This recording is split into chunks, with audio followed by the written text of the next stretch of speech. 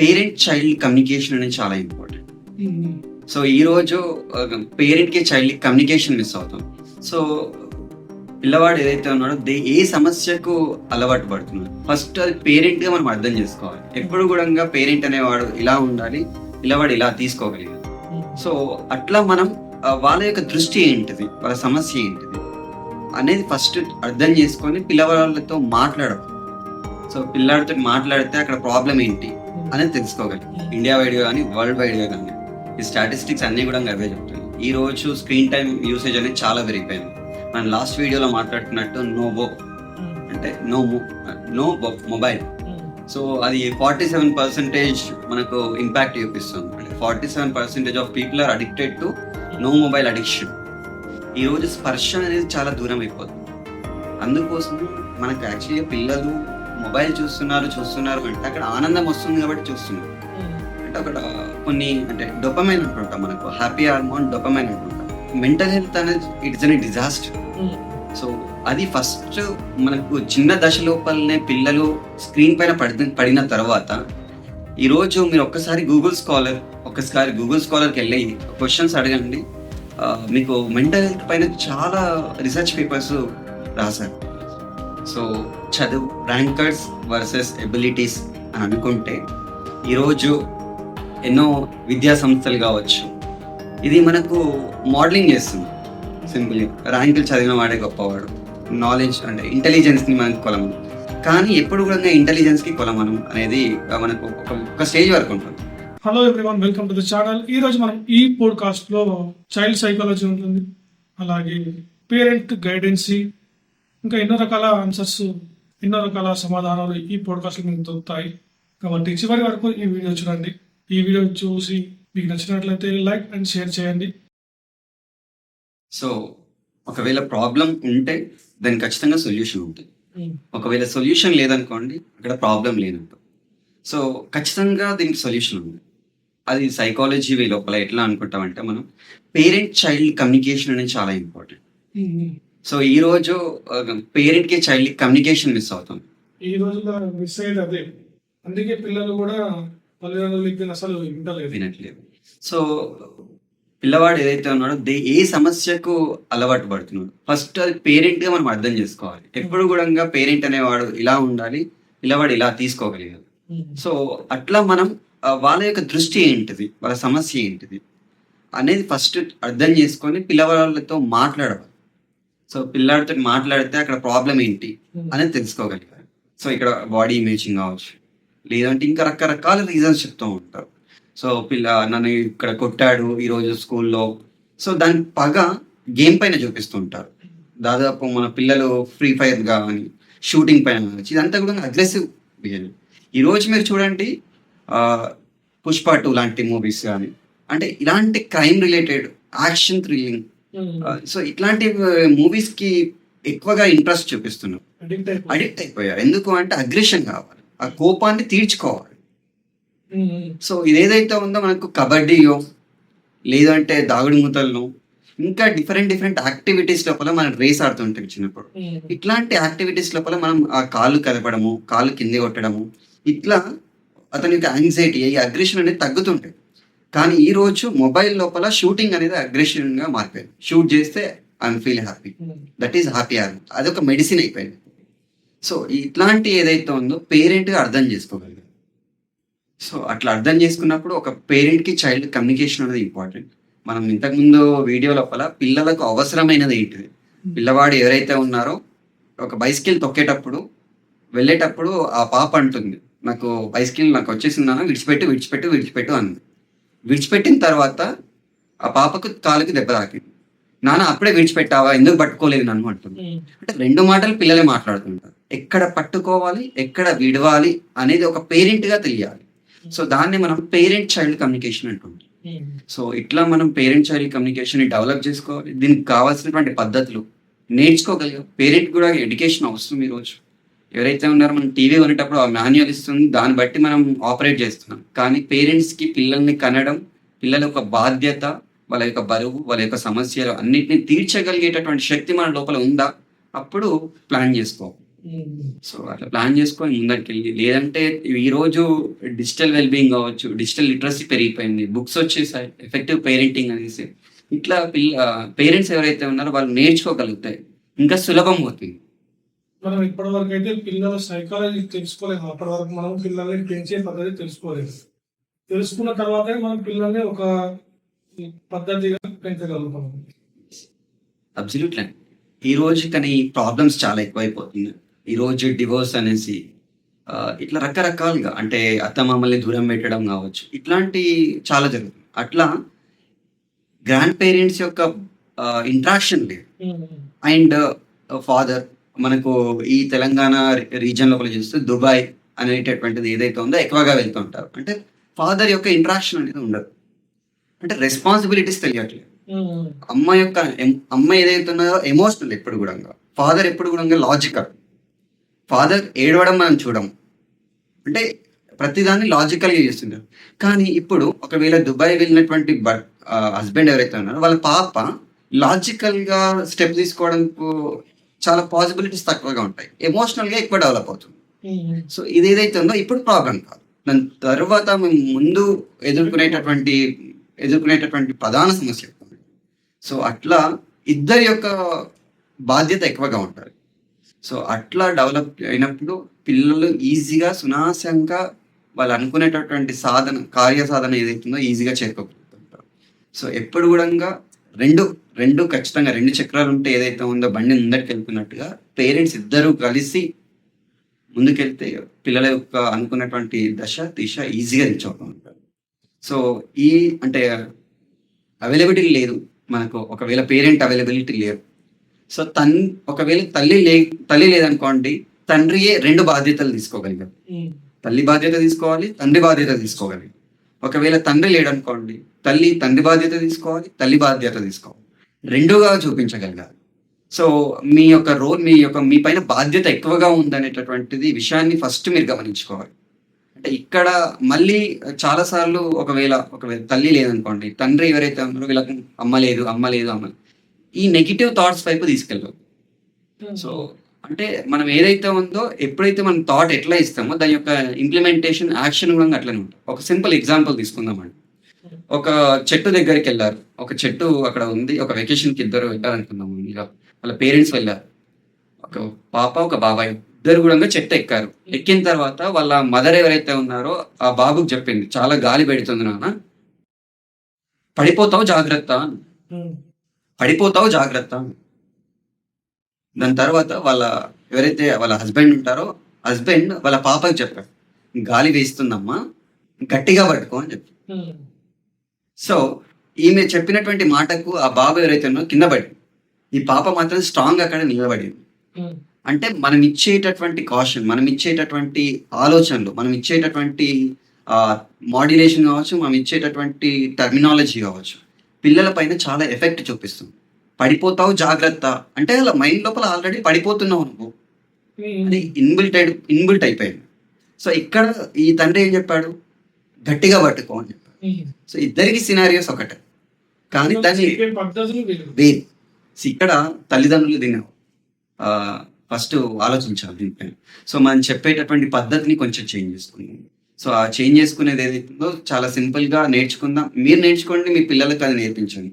ఇది మోడలింగ్ అంటుంటాం. మీరు ఎట్లా ఉంటే మీ పిల్లలు కూడా అలానే తయారవుతుంటారు. సో అట్లా మనం ఈ సింగిల్ పేరెంట్స్ ఎవరైతే ఉన్నారో చాలా దృఢంగా ఉండాలి. మీరు ఫస్ట్ మీరు ఎట్లా ఉంటే మీ పిల్లలు అలానే తయారవుతుంటారు. దాంతోపాటు మీ అత్తమామల్ని కావచ్చు దూరం చేయకండి. పిల్లలకు చాలా అవసరం. మీకు మీ వర్క్ షెడ్యూల్స్ లోపల చాలా బిజీ అవుతుండొచ్చు, కానీ మీకంటే ఎక్కువగా ప్రేమించేటటువంటి వ్యక్తులు, అంటే మీకంటే ఎక్కువ ప్రేమించరు కానీ వాళ్ళకి ఆ ప్రేమ ఉంటుంది. ఎందుకంటే వాళ్ళ యొక్క బ్లడ్ రిలేషన్ అనేటటువంటి ఒక గర్వం వాళ్ళకు ఉంటుంది. సో వాళ్ళ యొక్క ఓపిక, వాళ్ళ యొక్క ఎక్స్పీరియన్స్, వాళ్ళు చిన్నతనం లోపల చేసినటువంటి అనుభవాలు, వాళ్ళు ఎక్కడ ఆడుకున్నారు, సో ఇవన్నీ కూడా వాళ్ళకి ఎక్స్పీరియన్స్ షేర్ చేస్తే నేను కూడా ఇలా చెయ్యాలేమో, ఇలా నేను నేర్చుకోవాలేమో, ఇలా పనులు చేయాలేమో, ఇలా నేను వాల్యూ ఇవ్వాలేమో అనేటటువంటి తెలియకుండా వాళ్ళకు మనం ప్రాంప్ట్ ఇస్తుంటాం. సో అట్లా మనం పిల్లల్ని ఇట్లా మాడిఫై చేసుకుంటే ఖచ్చితంగా పిల్లలు అద్భుతాలు సృష్టించవచ్చు. ఈ స్క్రీన్ అనేది నేను చెప్పినాను కదా, చాలా సింపుల్ అండి. పెద్ద it's not a rocket science, but అదేదైతే మనకు చాలా నెగిటివ్ వైపు తీసుకెళ్తుంది. ఇట్లాంటి ఎఫెక్టివ్ పద్ధతులను మనం పాటించితే చాలా ఈజీగా ఉంటుంది. సో దాంతో పాటు డిజిటల్ డిటెక్స్ అంటుంటాం. డిజిటల్ డిటెక్స్ అంటే డిజిటల్ డిటెక్స్ అంటే ఏంటంటే గివింగ్ ఎ బ్రేక్. మనకు పొమడోర్ లాగా గివింగ్ ఎ బ్రేక్ ఒక సర్టెన్ టైం లోపల పిల్లల్ని మనము ఏదైతుందో పిల్లల్ని ఒక డిఫరెంట్ వైపు తీసుకెళ్తూ ఉంటాయి. ఒక వెకేషన్ కావచ్చు, ఒక వీక్లీ ఒక వెకేషన్ కావచ్చు. పిల్లలకు ఆలోచనలు సేమ్ ఉంటాయి. మనకు జీన్ పియాజే అతను చెప్పేటప్పుడు the quantity is same for adults and the childrens. అంటే పిల్లలకు పెద్దవాళ్ళకు ఆలోచించేటటువంటి భావన ఒకటే, కానీ ఇక్కడ క్వాలిటీ వేరు. మనం ఆలోచించేటటువంటి విధానం వేరు, వాళ్ళు ఆలోచించేటటువంటి విధానం వేరు, కానీ ఆలోచనలు అనేది కామన్. సో ఈ ఆలోచన ఏదైతే ఉందో మనం దాన్ని పాజిటివ్ వైపు తీసుకెళ్ళాలి అంటే బ్రేక్స్, డిజిటల్ డిటెక్స్ ఇచ్చేసి పిల్లలని మనం వెకేషన్స్ ట్రిప్ చేయవచ్చు. మనకు లొంక లాంటి ప్రదేశాలకు తీసుకెళ్లడం కావచ్చు, ఒక ఒక ఒక ఎఫెక్టివ్ ప్లాన్ ని మనం ఏదైతే ఉందో ఒక తీర్థయాత్రలకు తీసుకెళ్లడం కావచ్చు, మన మైండ్ డైవర్ట్ చేయడం. దాన్ని మనం ఈజీగా దాన్ని డిజిటల్ డిటెక్స్ అంటుంటారు. వాళ్ళ పిల్లల యొక్క మైండ్ ని డైవర్ట్ చేయాలి అంటే మనం కొత్త ప్రదేశాలకు తీసుకెళ్ళగలిగాం. ఈ 4 గోడల రూపాయి ఎన్ని రోజులు ఉంటారంటే, అంటే ఈ రోజు పిల్లల యొక్క సిచ్యువేషన్ ఇలా అయిపోయింది. ఎంత అయిందంటే గేట్ లో ఉండిపోయారు. ఎలాంటి గేట్ అంటే పొద్దున లేవగానే కోల్గేట్ అనేటటువంటి గేట్ నుంచి, సో దాని తర్వాత వాష్రూమ్ అనేటటువంటి ఒక బాక్స్ లో నుంచి మళ్ళీ అంటే బయటకు వచ్చిన తర్వాత ఇల్లు అనేటటువంటి బాక్స్ లోపల ఉండి, దాని తర్వాత టిఫిన్ అనేటటువంటి ఒక బాక్స్ షేప్ లో ఉండేటటువంటి టిఫిన్ ఇది మళ్ళీ బాక్స్ షేప్ లో ఉండేటటువంటి బస్ ఎక్కి, అదే బాక్స్ షేప్ లో ఉండేటటువంటి క్లాస్ రూమ్కి వెళ్ళి, బాక్స్ షేప్ లో ఉండేటటువంటి బుక్ ను ఓపెన్ చేసి, బాక్స్ షేప్ లో ఉండేటటువంటి టేబుల్ పైన ఉండి, అదే మధ్యాహ్నం తీసుకెళ్ళినటువంటి బాక్స్ ని తినేసి మళ్ళీ సాయంత్రం వచ్చి బాక్స్ షేప్ లో ఉండేటటువంటి మొబైల్ ని పట్టుకొని, బాక్స్ షేప్ లో ఉండేటటువంటి ఇంటి లోపల పడుకొని, బాక్స్ షేప్ లో ఉండేటటువంటి బెడ్షీట్ ని కప్పుకొని, బాక్స్ షేప్ లో ఉండేటటువంటి మైండ్ లోపల బాక్స్డ్ అంటే మనకు క్లోజ్డ్ మైండ్ సెట్ ని మనం తయారు చేస్తుంది. ఇన్ని బాక్స్డ్ గా ఉన్నాయి. సో ఎప్పుడైతే ఓపెన్ మైండెడ్ తో ఉంటే పిల్లలు ఏదైతే ఓపెన్ మైండెడ్ గా తీసుకెళ్లాలంటే ఖచ్చితంగా ఒక పేరెంట్ గా ఆలోచించి మనం ఒక వెకేషన్ ట్రిప్ చేయడం అవ్వచ్చు. సో ఇట్లా డిఫరెంట్ ప్లేసెస్ కి తీసుకెళ్లడము, ఒక ఫంక్షన్ కి తీసుకెళ్లడము. సో ఇట్లా మనం వాళ్ళని డైవర్ట్ చేయగలుగుతాయి. దీన్ని thinking out of the box అంటుంటారు. పిల్లల్ని ఎప్పుడు కూడా thinking out of the box మనం తీసుకెళ్ళగలిగితే పిల్లల లోపల సృజనాత్మకత మెలుకలు పెరుగుతూ ఉంటాయి. సో అట్లా మనం ప్రయత్నం చేయగలిగాలి. దాన్ని డిజిటల్ డిటెక్స్ అంటుంటారు.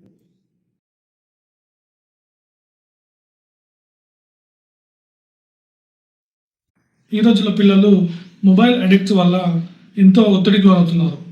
అలాంటి ఒత్తిడిని దూరం చేయడానికి మన దగ్గర ఎలాంటి ట్రిక్స్ ఉన్నాయి? దాన్ని ఏ విధంగా యూజ్ చేస్తే పిల్లలు మంచి దారి వైపు వెళ్తారు?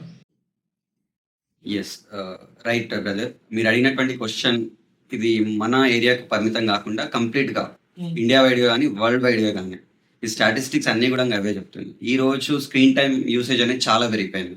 మనం లాస్ట్ వీడియోలో మాట్లాడుకున్నట్టు నోబో అంటే నో మొబైల్. సో అది 47% మనకు ఇంపాక్ట్ చూపిస్తుంది. అంటే 47% of people are addicted to no mobile addiction. So ఇది ఏదైతే ఉందో ఒక మొబైల్ అనేది 5 minutes వాళ్ళ పక్కన లేకపోతే వాళ్ళకు యాంగ్జైటీ పెరిగిపోతుంది, ఆతృత పెరిగిపోతుంది. ఇవి ఏవైతే ఉన్నాయో మనకు టీనేజ్ అడల్ట్హుడ్ లోపల చూస్తున్నాం. కానీ మీరు అడిగినటువంటి సమస్య ఏదైతే ఉందో ఈ చిన్నపిల్లలకు చాలా ఎక్కువగా స్క్రీన్ టైం చూస్తున్నారు. అంటే అన్నం తినిపించడానికి మొబైల్ కావాలి, ఇంట్లో ఫాదర్ లేకుంటే మొబైల్ కావాలి, అమ్మ బాత్రూంలో తోముతుంటే మొబైల్ కావాలి. సో ఇట్లా ప్రతిదానికి mobile mobile mobile mobile mobile ఒక యంత్రం కాదు, మొబైల్ ఒక పేరెంట్ గా మారిపోయింది.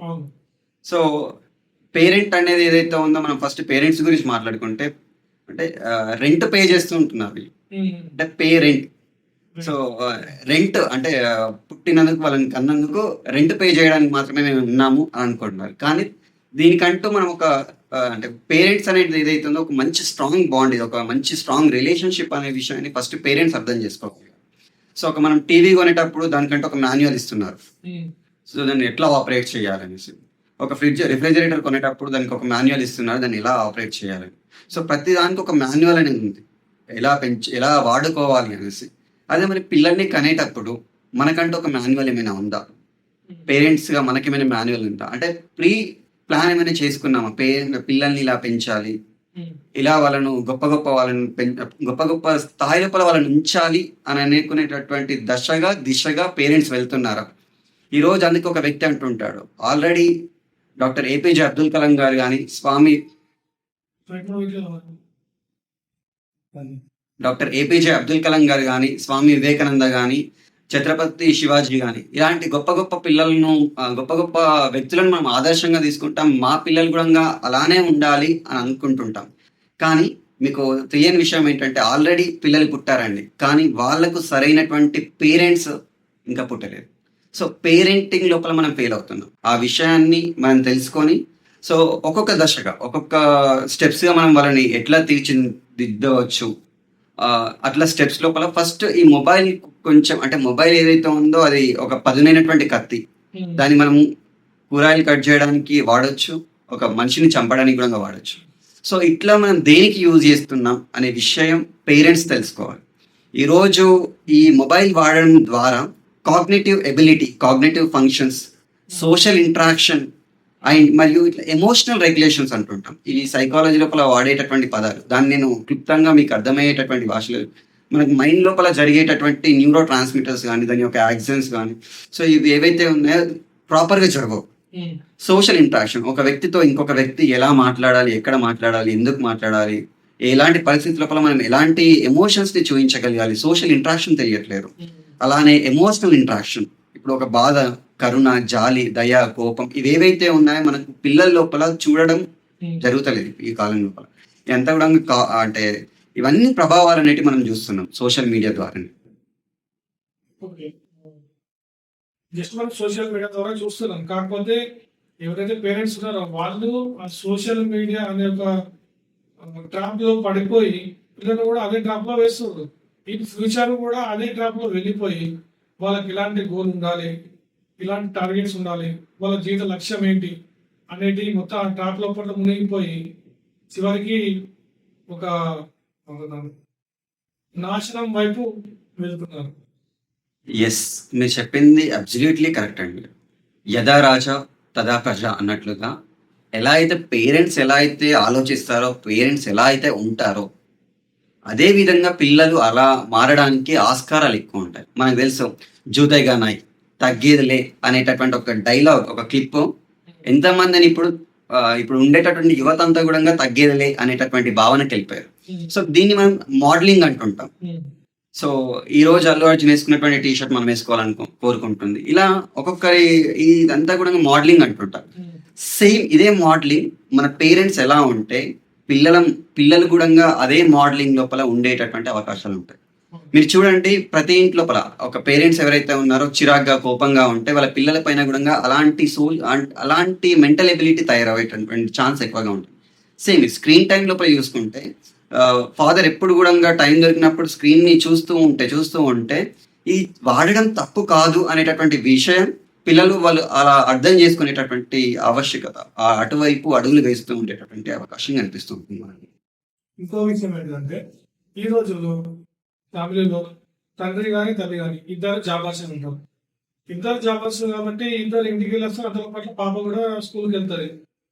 రిటర్న్ వచ్చిన తర్వాత ఎవరి పని వాళ్ళు చేసుకుంటారు. పిల్లలు హోంవర్క్ చేసుకుంటారు, తల్లిదండ్రులు ఏమో మొబైల్ స్వైపింగ్ చేసుకుంటా ఉంటారు. వాళ్ళకు ఎలాంటి సజెషన్ ఇవ్వాలంటే వాళ్ళు పిల్లలకు కానీ సరే ఏమంటారు ఒక టైం ఇవ్వాలి. అలాంటి టైం కూడా ఇవ్వలేకపోతున్నారు. దానివల్ల కూడా పిల్లలు దొడ్డిదారి అంటే నెగిటివ్ సైడ్ కూడా. మీరు అన్నది అబ్సల్యూట్లీ కరెక్ట్ అండి. బట్ ఇండియన్ కల్చర్ లోపల మీరు చూసుకున్నట్లయితే అది మనం బోత్ పేరెంట్స్ ఆర్ వర్కింగ్ అనేది చాలా తక్కువగా చూస్తుంటాం. సో ఒకవేళ బోత్ పేరెంట్స్ వర్క్ చేస్తున్నప్పుడు వీళ్ళకంటూ ప్రయారిటీ అనేది చేంజ్ ఉంటుంది. లైక్ హౌస్ హోల్డ్ వర్క్స్ కావచ్చు. మనం నిజామాబాద్, జగిత్యాల్, కరీంనగర్ ఏరియాస్ లోపల చూసుకుంటే బీడీ వర్కర్స్ ఎక్కువగా ఉంటారు. అంటే పిల్లలు మనకు ఇంట్లోపల వాళ్ళ మదర్ ఉండేటటువంటి అవకాశం ఎక్కువగా ఉంటుంది. సో ఇటు మనకు అంటే మొత్తం తెలంగాణ ఏరియా లోపల తీసుకుంటే చాలా వరకు పొలంలోకి వెళ్ళడం కానీ, దాని తర్వాత ఇంటికి వచ్చిన తర్వాత ప్రయారిటీ మ్యాటర్స్ అండి ఇక్కడ. సో ఇక్కడ సమస్య మొబైల్ కాదు, సమస్య మొబైల్ అనుకుంటున్నాం అంతే. సో దీన్ని ఏదైతే ఉందో మనం దూరం పెట్టగలుగుతాయి, అంటే తెలివిగా దూరం పెట్టగలుగుతాయి. నేను ముందే చెప్పాను ఈ వీడియో స్టార్ట్ కాకముందు, ఈ మొబైల్ అనేది ఏదైతే ఉందో ఒక పదునైనటువంటి కత్తి. దాన్ని మనం ఎలా వాడుకుంటే అది దాని యొక్క రిజల్ట్స్ కూడా అట్లనే ఉంటాయి. సో అట్లా మనం వాడుకునేటటువంటి స్ట్రాటజీస్ని డెవలప్ చేసుకుంటే ఒక పేరెంట్, సో అది చాలా సింపుల్. ఇది పెద్ద, it's not a rocket science. దూరం పెట్టడం. కానీ చిన్న చిన్న మెళకువలు నేర్చుకోగలగాలి. లైక్ మనం తెలుసు అంటే పేరెంట్స్ ఎవరైతే ఉన్నారో వాళ్ళని చూస్తున్నప్పుడు నాకు ఒకటే విషయం గుర్తుకొస్తుంది. అంటే పిల్లలు ఎవరైతే ఉన్నారో మనకు జీన్ పియాజెట్ ఒక సైకాలజిస్ట్ చెప్తుంటారు. పిల్లలు ఎవరైతే ఉన్నారో చైల్డ్ సైంటిస్టులు అంటే వాళ్ళు. సో చాలా సృజనాత్మకత ఉంటుంది. కానీ ఆ సృజనాత్మకను చంపేస్తుంది ఎవరైనా ఉందంటే అది పేరెంట్స్ మాత్రమే. సో అందుకే ఒక వ్యక్తి అంటుంటారు, విచ్చుకునే మొగ్గలకు విద్యా సుగంధాన్ని ఇచ్చేటటువంటి మనసు తల్లిదండ్రులకు ఉన్నట్లయితే సో పిల్లలు ఎవరైతే ఉన్నారో వాళ్ళకు లిటిల్ సైంటిస్ట్గా మారుతారు. వాళ్ళ లోపల ఒక సృజనాత్మకత అనేది మెరుగుపడుతుంది. సో దానికి మన చిన్న చిన్న మెళకువలు లైక్ ఈ స్క్రీన్ టైం ఒక పెద్ద సమస్య అనుకుంటే దాన్ని మనం బిహేవియర్ మాడిఫికేషన్ అంటుంటాం మనం సైకాలజీ పద్ధతి లోపల.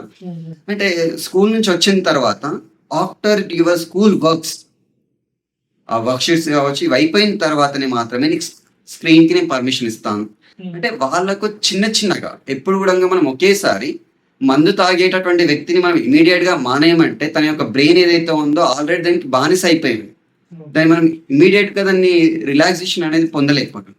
అంటే మెల్లిమెల్లిగా వాళ్ళకు ఇండైరెక్ట్ గా వాళ్ళకు బిహేవియర్ మాడిఫికేషన్ అంటుంటాం. వాళ్ళకు ఈ స్క్రీన్ ఏదైతే ఉందో నీ స్కూల్ వర్క్స్ అయిపోయిన తర్వాత లేదంటే మనం ఇద్దరం ఒక గేమ్ ఆడిన తర్వాత ఇట్లా వాళ్ళని డైవర్ట్ చేసి లాస్ట్ లోపల వాళ్ళకి ఒక రివార్డ్ లాగా ఆ మొబైల్ ఏదైతే ఉందో స్క్రీన్ టైంకి మనం పర్మిషన్ ఇవ్వాలి. ఇట్లా బిహేవియర్ మాడిఫికేషన్ పైన వర్క్ చేయాలి.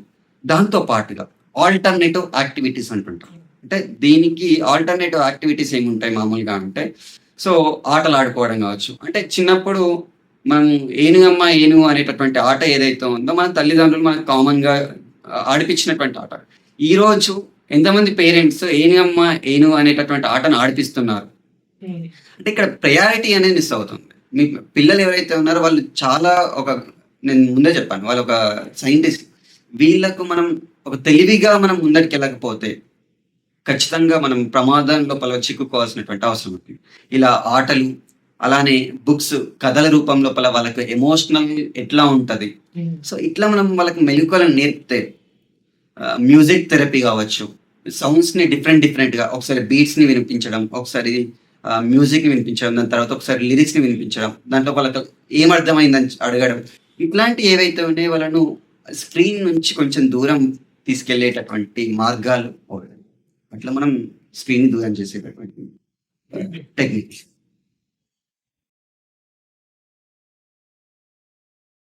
మొబైల్ నుండి పిల్లలను డైవర్ట్ చేయడానికి ఇలాంటి ట్రిక్స్ ఉన్నాయి. ఇదండి ఆల్టర్నేటివ్ యాక్టివిటీస్ లోపల మనం ముందుగా మాట్లాడుకున్నట్టు ఆటలు, బుక్స్ అండ్ మ్యూజిక్తో పాటుగా సెన్సరీ రెగ్యులేషన్స్ ఉంటుంది. ఈరోజు స్పర్శ అనేది చాలా దూరం అయిపోతుంది.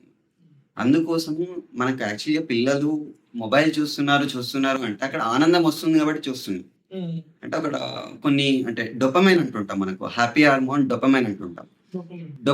డొపమైన్ ఏదైతే ఉందో అది ఎక్కువగా ఉండగలగాలి. అది ఎట్లా వస్తుంది? ఆనందం. సో ఇప్పుడు పిల్లలకు కావాల్సినటువంటి ఆనందం ఏదైతే ఉందో మనకు న్యాచురల్ గా దొరకట్లేదు. సో పిల్లల్ని ఏదైతే ఉందో మనం హగ్ చేసుకోవడం కావచ్చు, వాళ్ళను ఏదైతే ఉందో వాళ్ళని టచ్ చేయడం కావచ్చు, ఇక్కడ నెత్తిని తడపడం కావచ్చు, ఇవి ఏదైతే ఉన్నాయో ఇక్కడ యాక్టివేట్ అవుతుంటాయి. సో ఇట్లా వాళ్ళకు ఒక సెన్సరీ రెగ్యులేషన్ అంటుంటుంది. దీన్ని స్పర్శ టచ్ అవ్వాల్సి ఉంటుంది. అంటే మనకు మీరు చూడండి 3 రకాల మనుషులు ఉంటుంటారు. దీన్ని న్యూరో లింగ్విస్టిక్ ప్రోగ్రామింగ్ అంటుంటారు. 3 రకాల మనుషులు. ఒక చీర కొనాలి అనేటటువంటి ఆమె ఒక షాప్కి వెళ్తే ఆమె 3 రకాలుగా ఉంటారు మనుషులు. ఒకటి ఆమె సోషల్ ఇంటరాక్షన్ వల్ల ఆనందపడి కొంటుంది. అది నీకు మంచిగా కనిపిస్తుంది సారీ అన్నది అనుకోండి, ఇట్లా కొనేటటువంటి అవకాశం ఉంటుంది. దాని తర్వాత వినడం ద్వారా మాట్లాడుకోవడం, అంటే నీకు అది ఏదైతే ఉందో మంచిగా కనిపిస్తుంటుంది అనేది కనిపిస్తుంది. విజువల్ అంటే ఎట్లా అంటే ఆమె ఊహించుకుంటుంది. అంటే నేను ఇది కట్టుకుంటే నేను ఎలాగా అనిపిస్తాను అనేటటువంటి విజువలైజేషన్. ఒకటి వినడం, ఇంకొకటి సోషల్గా వినడం, ఇంకొకటి విజువలైజేషన్, దాని తర్వాత టచ్. దాని క్వాలిటీ ఎట్లా ఉంది, అది కాటనా, ఫైబ్రికా, సిల్కా, సింథటికా, ఇవన్నీ కూడా టచ్ ద్వారా. అంటే మనం ఈ 3 రకాలుగా మనం వాళ్ళ పైన ఎప్పుడైతే ఇంప్లిమెంట్ చేస్తామో పిల్లల పైన స్పర్శ, సోషల్ ఇంటరాక్షన్ వినడం ద్వారా అండ్ మనకు చూడడం ద్వారా. అంటే పిల్లలు చూడడం లోపల అడిక్ట్ అవుతున్నారు, మొబైల్కి చూడడం ద్వారా అడిక్ట్ అవుతున్నారు. సో వినడం అంటే మనకు ఆటల లోపల కావచ్చు, అతను అప్రిషియేట్ చేయడం కావచ్చు, ఇంకొక టచ్ ద్వారా. ఇట్లా మనం ఎప్పుడైతే ఇట్లా చేయగలిగితే పిల్లల లోపల కొంచెం వాళ్ళని మొబైల్ నుంచి, స్క్రీన్ నుంచి డైవర్ట్ చేసేటటువంటి అవకాశం ఎక్కువగా ఉంటుంది. సెన్సార్ రెగ్యులేషన్ అనేది చాలా మొబైల్స్ వల్ల పిల్లల్లో ఏ విధమైన ఎఫెక్ట్ పడుతుంది? ఆ ఎఫెక్ట్స్ ఏంటి? దాన్ని మనం ఏ విధంగా దూరం చేయవచ్చు? So right question. అంటే ఈరోజు మెంటల్ హెల్త్ అనేది ఇట్స్ అన్ డిజాస్టర్. సో అది ఫస్ట్ మనకు చిన్న దశ లోపలనే పిల్లలు స్క్రీన్ పైన పడిన తర్వాత, ఈరోజు మీరు ఒక్కసారి గూగుల్ స్కాలర్కి వెళ్ళి క్వశ్చన్స్ అడగండి. మీకు మెంటల్ హెల్త్ పైన చాలా రీసెర్చ్ పేపర్స్ రాశారు. సో దానిపైన ఏమైందంటే, ముందుగా టీనేజర్లు ముఖ్యంగా మనం మాట్లాడుకోవాలంటే టీనేజర్ లోపల వాళ్ళ యొక్క ఎక్కువగా స్ట్రెస్కి లోనవుతున్నారు. ఫస్ట్ థింగ్ స్ట్రెస్, దాని తర్వాత అనారోగ్యం మరియు డిప్రెషన్, అంటే బ్యాక్కి వెళ్ళి ఆలోచించడం. డిప్రెషన్ ముఖ్యంగా ఇది దేని వల్ల వస్తుందంటే ఇన్స్టా రీల్స్ వల్లనే వస్తుంది. Insta reels and YouTube shorts. So ఈ రోజు మీరు గెస్ చేయండి, ఒక ఇన్స్టాగ్రామ్ రీల్ ఏదైతే ఉందో 16 seconds to 30 seconds ఉందనుకుందాం. సో ఈ 16 seconds నుంచి 30 seconds లోపల పిల్లవాడి యొక్క డోపమైన్ లెవెల్ ఏదైతే ఉందో హైగా వెళ్ళిపోతుంది యూట్యూబ్ షార్ట్స్ వల్ల. ఈ ప్రాబ్లం ఎక్కడ చూపిస్తుంది అంటే, ఒక టీచర్ ఎవరైతే ఉన్నారో 45 minutes క్లాస్ చెప్తున్నాడు. ఈ 30 secondsకే డోపమైన్ ఇంత పెరిగినప్పుడు 45 minutes క్లాస్ ఎలా వింటాడు? సో అలా క్లాస్ పైన దృష్టి అనేది తగ్గిపోతుంది, దానిపైన ఇంట్రెస్ట్ తగ్గిపోతుంది. సో అంటే పేరెంట్స్ ఒకవేళ మీరు స్క్రీన్ ఇస్తే దీని ప్రభావం పిల్లవాడి చదువు పైన కూడా ఇంపాక్ట్ చూపిస్తుంది. సో ఇట్లా మనం ఏదైతే ఉందో కంట్రోల్ చేయాల్సినటువంటి అవసరం ఉంది. డిప్రెషన్, స్ట్రెస్, యాంగ్జైటీ, సో ఇలాంటి అయితే చాలా సమస్యలు పెరిగిపోతున్నాయి. సో దాంతో పాటు ఇప్పుడు ఇన్స్టాగ్రామ్, యూట్యూబ్ లోపల ఒక వ్యక్తి చాలా మంచిగా రెడీ అయ్యాడు, సో మంచిగా ఉన్నాడు. ఇదంతా కూడా ఈ యువత ఏవైతే ఉంటారో, మనకు యువత కాకుండా చిన్నపిల్లలు, మనకు 7 years నుంచి 12 years వరకు ఇది ఏదైతుందో యవ్వనానికి వెళ్ళేటటువంటి దశ. అమ్మాయి లోపల కావచ్చు, అమ్మాయి అద్దం దగ్గర వెళ్ళి చూసుకునేటటువంటిది కావచ్చు, స్టిక్కర్ అక్కడ కరెక్ట్గా పెట్టుకున్నా లేదా, సో ఎక్కువ సార్లు ఫేస్ వాష్ చేసుకుంటూ ఉంటుంది. ఇవన్నీ కూడా మనకు ఈ ఇంటిమసీ స్టేజ్ లోపల, అంతా కూడా సెక్షువల్ ఇంటిమసీ అంటుంటారు. ఈ స్టేజ్ లోపల ఎక్కువగా చూస్తుంటారు. ఇలాంటి దశ లోపల పిల్లలు ఒకవేళ స్క్రీన్కి అడిక్ట్ అవుతారు. సో వాళ్ళకి బాడీ షేమింగ్ అనేటటువంటిది, body imaging and body shaming. So ఇలా వాళ్ళ మనసు ఏదైతే ఉందో డిప్రెషన్ అయిపోతుంది. అంటే కంపారిజన్ అనేది ఎక్కువగా, కంపారిజన్ అనేది చాలా ఎక్కువగా జరుగుతుంది. వాళ్ళు ఇట్లా ఉన్నారు, నేను ఇట్లా ఉండాలి అనేటటువంటి కంపారిజన్ లోపల వీళ్ళు ఏంకైనా సిద్ధమైపోతుంటారు. సో చిన్న ఒక జోక్ ఏంటంటే, ఒక పాప లిప్స్టిక్ కొనియలేదని వాళ్ళ అమ్మ ఈమె బొట్టును వాటర్ పోసేసి దాన్ని లిప్స్టిక్ గా మలిచింది. అంటే అందం కోసం, బాడీ ఇమేజింగ్ కోసం యూట్యూబ్ లోపల చూడడం కావచ్చు, ఇట్లా ఆమె అందం కోసం ఇలా మారుతుంది. అంటే దీని యొక్క ప్రభావం అనేది అంత ఇంపాక్ట్ చూపిస్తుంది. సో కొంచెం అంటే ఇది ఏదైతే ఉందో ఇంత ఇంపాక్ట్ చూపిస్తుంది. ఖచ్చితంగా పేరెంట్స్ దీన్ని దృష్టిలో పెట్టుకొని దీనికి కావాల్సినటువంటి బిహేవియర్ మాడిఫికేషన్, ఒకవేళ తీవ్రత ఎక్కువగా ఉంటే, ఒకవేళ మొబైల్ అడిక్షన్ యొక్క తీవ్రత ఎక్కువగా ఉంటే సంప్రదించినటువంటి కౌన్సిలర్ని కావచ్చు, ఒక సైకాలజిస్ట్ని కావచ్చు సంప్రదించు. సో అట్లా పేరెంట్ ఏదైతే ఉందో సైకాలజికల్ అప్రోచ్ లోపల వెళ్తే ఇంకా బాగుంటుంది.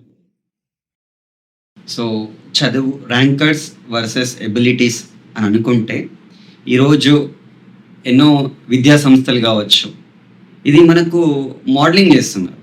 సింపుల్గా ర్యాంకులు చదివిన వాడే గొప్పవాడు, నాలెడ్జ్ అంటే ఇంటెలిజెన్స్ని మనకు కొలమనం. కానీ ఎప్పుడు కూడా ఇంటెలిజెన్స్కి కొలమనం అనేది మనకు ఒక స్టేజ్ వరకు ఉంటుంది. కానీ ఎదుగుదల అనేది ఏదైతే ఉందో, అభివృద్ధి అనేది ఏదైతే ఉందో 3 రకాలుగా ఉంటుంది. సో అది ఏదైతే ఉందో ఇంటెలిజెన్స్ కోషెంట్ అంటుంటారు. మనం ఇంటెలిజెన్స్ ఎలా ఉంది అదొకటి. దాంతోపాటు ఎమోషనల్ కోషెంట్, మనకు భావోద్వేగం కావచ్చు, ఎమోషనల్. అండ్ దాన్ని IQ, EQ and SQ, social quotient, అంటే సోషల్గా మనం ఎట్లా ఉన్నాం. వీటిని అన్నింటినీ కూడా పరిమాణం తీసుకోవచ్చు. అందుకే మనకు గూగుల్ CEO ఎవరైతే ఉన్నారో సుందర్ పిచ్చయ్య మొన్న రీసెంట్గా ఒక దాంట్ లోపల రిలీజ్ చేశారు. I don't want the people who are highly IQ, I want people in the all round. So మనం ర్యాంకులు ఏదైతే ఉందో జీవితం కాదు, ర్యాంక్ ఏదైతే ఉందో జీవితం కాదు. ఇది ఫస్ట్ మనం గుర్తుపెట్టుకోవాలి. సో ఇట్లా ర్యాంక్ల వైపు మనం ఎప్పుడైతే వెళ్తామో ఖచ్చితంగా పిల్లవాడి యొక్క ఎదుగుదల తగ్గిపోతుంది. సో పిల్లలు ఎవరైతే ఉన్నారో ఈ రకరకాలుగా మనకు ఆల్రెడీ 60 పైబడి చిలుకుల 60 పైబడి మనకు కళలు ఉన్నాయి. దీని లోపల ఏ కళకు మన పిల్లవాడు సెట్ అవుతుంటాడు. సో సచిన్ టెండూల్కర్ ఎవరైతే ఉన్నారో maybe is an 10th failure but is an demi God of cricketer. So అట్లా పిల్లవాడి యొక్క శక్తి ఎక్కడ ఉంది. సో ఆ శక్తిని ఎప్పుడైతే తెలుసుకుంటామో ఖచ్చితంగా పిల్లవాడు సక్సెస్ రేట్కి ఈజీగా చేరుతూ ఉంటాడు. సో అట్లా మనం పేరెంట్గా మనం తెలుసుకోవాలి. సో మనం రెంట్ పే చేస్తున్నాం. ఈ రోజు ఏదైతే ఉందో pay rent is nothing but నేను ఒక దశ వరకు రెంట్ పే చేస్తాను, దాని తర్వాత అతను నాకు రివర్స్ రెంట్ పే చేయాలి. సో దిస్ ఈస్ కాల్డ్ ఇన్వర్స్గా అయిపోతుంది. నేను నీకు రెంట్ పే చేస్తా, తర్వాత నువ్వు నాకు రెంట్ పే చేస్తున్నావు. ఇదేదైతే ఉంది ఇది కంప్లీట్గా వెస్టర్నైజ్ అనుకుంటా. బట్ పేరెంట్స్ అనేది ఏదైతే ఉందో ఒక బాధ్యత, ఒక ఆనందం, ఒక జీవితం. సో ఇదన్నీ కూడా అంటే పేరెంట్స్ అనేది ఏదైతే ఉందో అది ఒక గొప్ప అదృష్టం. సో అందుకే సూర్యచంద్రులు ఎవరైతే ఉన్నారో వాళ్ళు గతి తప్పరు అన్నట్టుగా పేరెంట్స్ కూడా వాళ్ళ యొక్క సిచ్యువేషన్, వాళ్ళు అనుకున్నటువంటి బాధ్యతను వాళ్ళు గతి తప్పకుండా ఇంప్లిమెంట్ చేయగలిగితే పిల్లవాడి యొక్క సక్సెస్ ఏదైతే ఉందో ఇంకా రెట్టింపు అవుతుంది. సో అట్లా పేరెంట్స్ ముందుగా తెలుసుకోవాలి దాని విషయం. సో దాంతో పాటుగా పేరెంట్స్ ఎవరైతే ఉన్నారో ఎఫెక్టివ్ కమ్యూనికేషన్ ఉండాలి. సో కమ్యూనికేషన్ వేరు, ఎఫెక్టివ్ కమ్యూనికేషన్ వేరు. సో ఎఫెక్టివ్ కమ్యూనికేషన్ అంటే ఏంటంటే లైక్ అప్రోచింగ్, అంటే అప్రోచ్ ఎట్లా అవుతున్నాం. లైక్ మనకు తెలుసు direct and indirect way approach. ఇండైరెక్ట్గా అప్రోచ్ చేయాలి అంటే నువ్వు వేసుకున్నటువంటి షర్ట్ బాగుంది ఈరోజు. సో ఇట్లా అంటే పిల్లవాడిని నమ్మకాన్ని ప్రోత్సహించాలి. పిల్లవాడి యొక్క శక్తిని తెలియకుండానే అతనికి తెలియకుండా మనం ఇంకోల్కేట్ చేయగలగాలి, అంటే అతనికి చెప్పగలగాలి. దీన్ని ఎఫెక్టివ్ కమ్యూనికేషన్ అంటుంటాం. సో అట్లా పిల్లవాడి యొక్క మానసిక సిచ్యువేషన్ని మనం ఎఫెక్టివ్గా పెంచగలుగుతుంటాం. సో అట్లా ఎఫెక్టివ్ కమ్యూనికేషన్ అనేది ఉండగలగాలి. సో తన యొక్క బాధ, ఈరోజు ఒక బాధ అని చెప్పుకోలేరు, దెబ్బ కలిగితే వాళ్ళ పేరెంట్స్కి చెప్తే ఏమవుతుందో అనేటటువంటి బాధతోటి పిల్లవాడు ఆ దెబ్బని ఏదైతే ఉందో అది ఇన్ఫెక్షన్గా మారుతుంది. ఇన్ఫెక్షన్ నుంచి కాలు తీసేటటువంటి పరిస్థితులు కూడా ఎన్నో కేసులు మేము చూసాం. అంటే పిల్లవాడు చెప్పుకోలేకపోతున్నాడు. సో ఇది ఖచ్చితంగా పేరెంట్ అటెన్షన్ ఇవ్వట్లేదు. ఆ పేరెంట్ లోపల ఒక ఏదైతే ఉందో అక్కడ ఇబ్బంది అనేది మొదలైంది, భయం మొదలైంది. సో ఇది ఖచ్చితంగా పేరెంట్స్ గమనించాలి. పేరెంట్ చైల్డ్ ఏదైతే ఉందో ఎఫెక్టివ్ కమ్యూనికేషన్ స్ట్రాటజీస్ని పెంచుకోవాలి. సో దాంతో పాటుగా తల్లిదండ్రులు ఎవరైతే ఉన్నారో ఎమోషనల్ రెసిలియన్సీ అంటుంటాం. ఎమోషనల్ మనకు భావం ఏదైతే ఉందో ఎమోషనల్గా వాళ్ళ యొక్క మానసిక సిచ్యువేషన్ ఏదైతే ఉందో ఎమోషనల్ రెసిలియన్సీ, కోపము, భయము, క్రోధము, ఆనందము ఇవేవైతే ఉన్నాయో చెప్పుకోలేకపోతున్నారు పిల్లలు. దీన్ని వాళ్ళు ఎఫెక్టివ్గా చెప్పుకోగలిగారు. ఆనందం వచ్చిందంటే ఆనందం చెప్పుకోగలిగారు, బాధ వచ్చిందంటే నాకు బాధ అవుతుందని చెప్పుకోగలిగారు. ఇది పేరెంట్గా వాళ్ళు ఐడెంటిఫై చేయాలి. ఇది ఎప్పటి వరకు అయితే పిల్లలు చెప్పుకోలేరు, ప్రెషర్ కానీ చెప్పుకోలేకపోతే అప్పుడు వాళ్ళు సూసైడ్ చేసుకుంటారు. ఇది సో చిన్నతనం లోపల సూసైడ్ అనేది చేసుకోరు. బట్ అది ఏదైతే ఉందో మనకు 12 years 13 years లోపల వాళ్ళకు ఒక లాజికల్ రీజనింగ్, అప్పుడే లాజికల్గా ఆలోచించేటటువంటి తత్వం మొదలు. సో దీనికి అంత కారణం ఎవరు అంటే నాకు ర్యాంక్ రాకపోతే నేను ఫెయిల్యూరా అనేటటువంటి భావన లోపల పిల్లలు ఉన్నారు రోజు. సో ఇది ఏదైతే ఉందో ప్రెషర్ కుక్కర్ ఏదైతే ఉందో అది సరైన టైంకి విజిల్ బ్లో అవ్వాలి. అవ్వకపోతే మన మదర్ ఎవరైతే ఉన్నారో, ఎగ్జాంపుల్ తీసుకోండి, ఒక కుక్కర్ తీసుకుందాం, ప్రెషర్ కుక్కర్, అది సరైన టైంకి మోగట్లేదు అని అనుకుంటే మన అమ్మ కానీ ఎవరైనా దాన్ని మనం ఒక స్పూన్ తోటి కొంచెం దాన్ని పైకి లేవడితే దాని యొక్క ప్రెషర్ అంతా బయటికి వెళ్ళిపోతుంది. ఒకవేళ టైంకి మనం దాన్ని లిఫ్ట్ చేయకపోతే అది పేలిపోతుంది. సో సేమ్ ఇక్కడ సినారియో కూడా చూసుకోండి.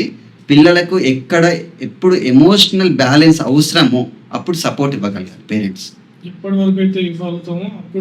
ఎప్పుడైతే మనం వాళ్ళకు సపోర్ట్ ఇవ్వగలుగుతామో అప్పుడు పిల్లలు వాళ్ళ యొక్క ఎమోషన్స్ని ప్రాపర్గా బయట పెడతారు.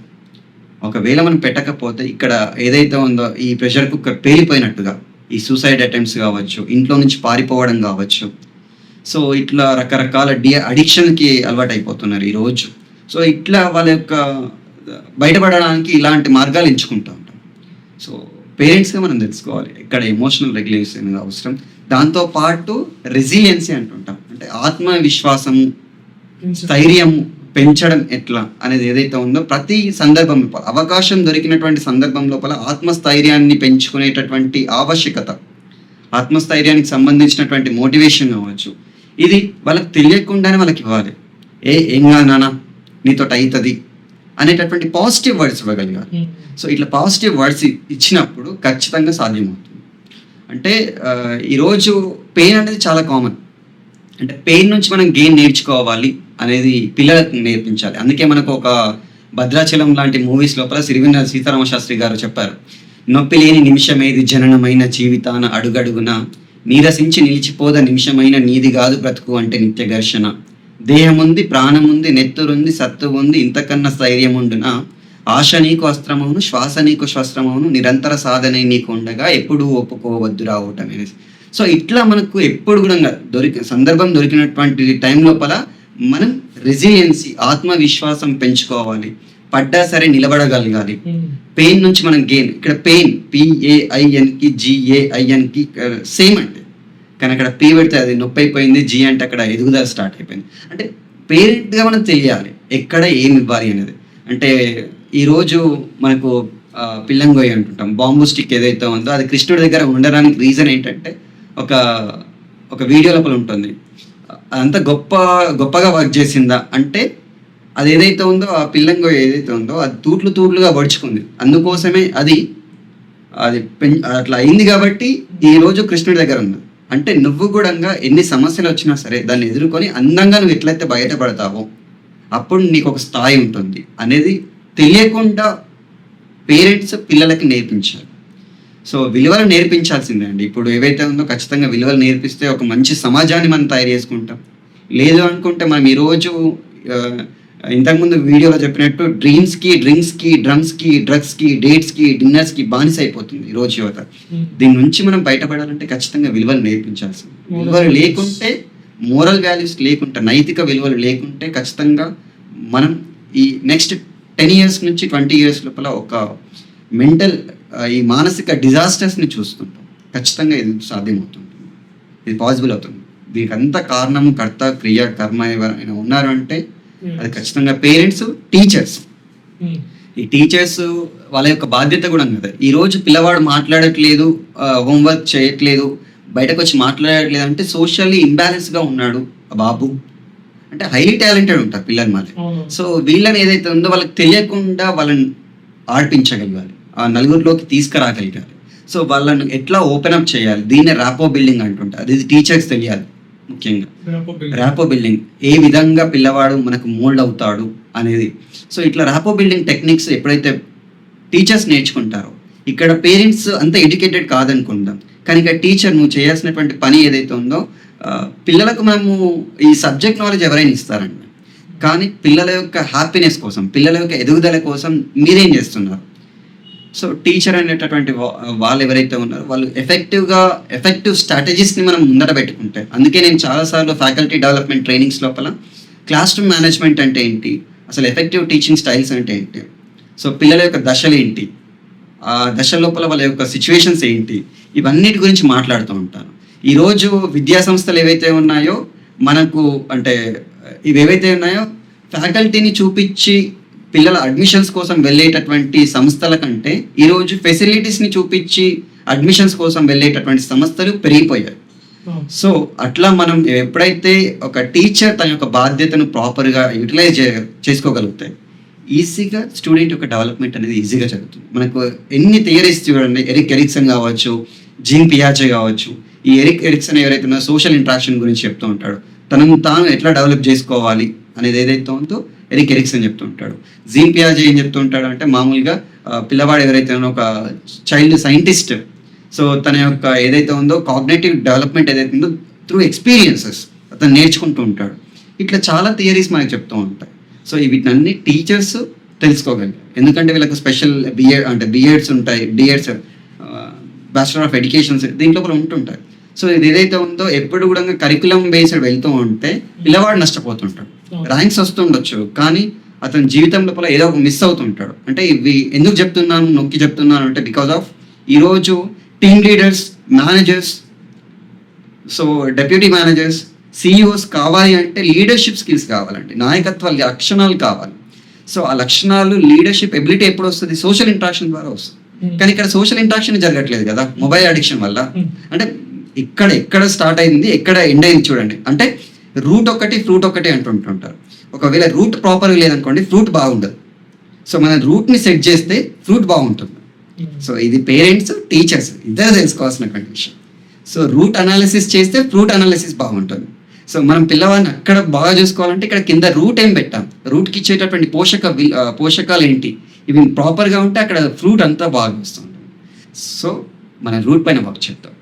సో అప్పుడు మన పిల్లల యొక్క స్థితి బాగుంటుంది.